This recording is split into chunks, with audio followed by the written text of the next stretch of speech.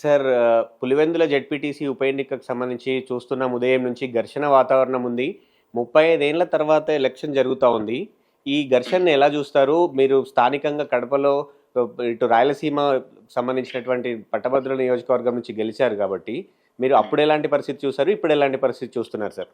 ఈ రోజు జరిగే ఎన్నికల సందర్భంగా ఎక్కడ కూడా ఘర్షణలు జరగలేదు. ప్రజలు స్వేచ్ఛగా వాళ్ళ ఓటు హక్కును వాళ్ళు వినియోగించుకుంటారు. అంటే చాలా దశాబ్దాల తర్వాత ఒక స్వేచ్ఛాయుత వాతావరణంలో ప్రజాస్వామ్య పద్ధతిలో వారి బ్యాలెట్ తీసుకొని వాళ్ళకి నచ్చిన మెచ్చిన పార్టీకి ఓటు వేయడం జరుగుతుంది. ఇదొక చారిత్రక ఘట్టమనే చెప్పవచ్చు.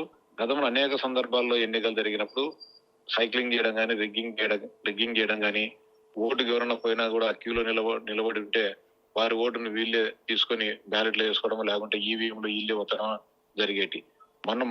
నేను పోటీ చేసి ఎన్నికలు జరిగినప్పుడు కూడా లింగాల మండలంలో పోలింగ్ కేంద్రం ఉంటే అక్కడ కూడా దౌర్జన్యంగా రిగ్గింగ్ పాల్పడి దాదాపు ఒక 200 ఓట్లు రిగ్గింగ్ చేసుకున్న పరిస్థితి ఆ రోజు కూడా మేము చూసాం. ఆ రోజు కానీ కేంద్ర ఎన్నికల సంఘానికి ఫిర్యాదు చేసినా కూడా స్థానికంగా ఉండే అధికారులు అధికార పార్టీకి అండగా నిలబడడంతో ఆ రోజు కూడా మేము ఎంత మొత్తుకున్నా కూడా చేయలేదు.